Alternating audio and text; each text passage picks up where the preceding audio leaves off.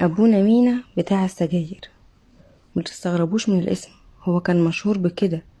كانت الناس كلها عارفاه باسم ابونا مينا بتاع السجاير.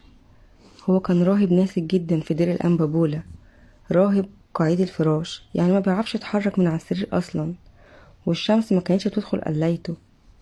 لكن هو رجع شباب كتير جدا لربنا اكتر من ناس تانية كتير. وطول عمره كان مانع تصويره او اي مقابلات معاه، لانه ما كانش عايز حاجة غير مجد الله. وكان مكتوب على قلايته من بره: ممنوع اقتراب البنات والسيدات نهائيا من القلاية، وممنوع التصوير او التسجيل نهائيا، ورجاء محبة غلق التليفون قبل دخول القلاية. اتولد قدسنا يوم 29/5 سنة 1943، ده عيد ميلاد أبونا مينا. وتنيح يوم 29/5/2018، واليوم ده هو التذكار الشهري للست العذراء. أبونا مينا كان حاصل على بكالوريوس هندسة، وكانت شهرته أبونا مينا بتاع السجاير. وفي الصورة دي بيظهر ورا أبونا مينا آلاف من علب السجاير والشيشة. كمان في حاجات تانية أخدها من الشباب، وكان بيصلي لهم، بينصحهم بأن هم يبطلوا تدخين.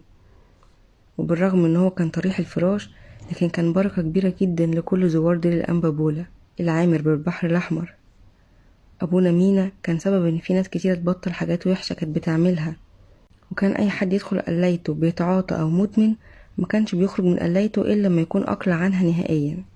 في حد من الشباب بيحكي بيقول: أنا دايما كنت بزور أبونا مينا اللي كان مشهور باللقب بتاع السجاير، كنت بروح له كتير في قلايته الخاصة، وليه مواقف معايا كتير. أشهرهم إنه في مرة مسك الكتاب المقدس واداه لواحد من الزوار اللي كانوا عنده، وقال له: افتح الإنجيل على كورنثوس الأولى إصحاح 3:16، وطلب منه قراية الآية.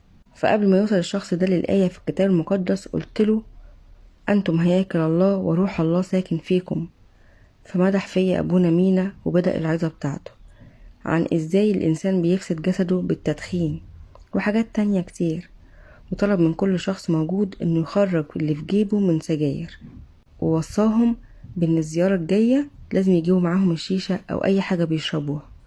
وآخر موقف كان مع واحد مدخن بشراسة جدا.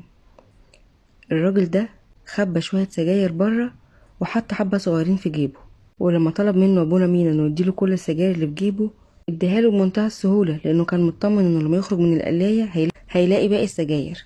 وبعد ما خلصنا زيارتنا وخرجنا، الراجل ده ملقاش أي أثر للسجاير اللي كان مخبيها بره، ومن وقتها ما دخنش ولا سجارة.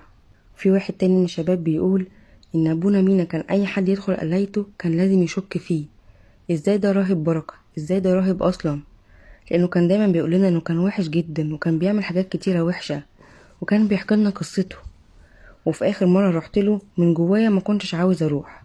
الكلام ده كان من فترة كبيرة. المهم، أول مرة أدخله ولاقيه بيكلمنا بجد عن ربنا. حكالنا قصة، وكان كل شوية يقول لنا آية عمري ما هنساها: لست تعلم أنت الآن ما أنا أصنع، ولكنك ستفهم فيما بعد.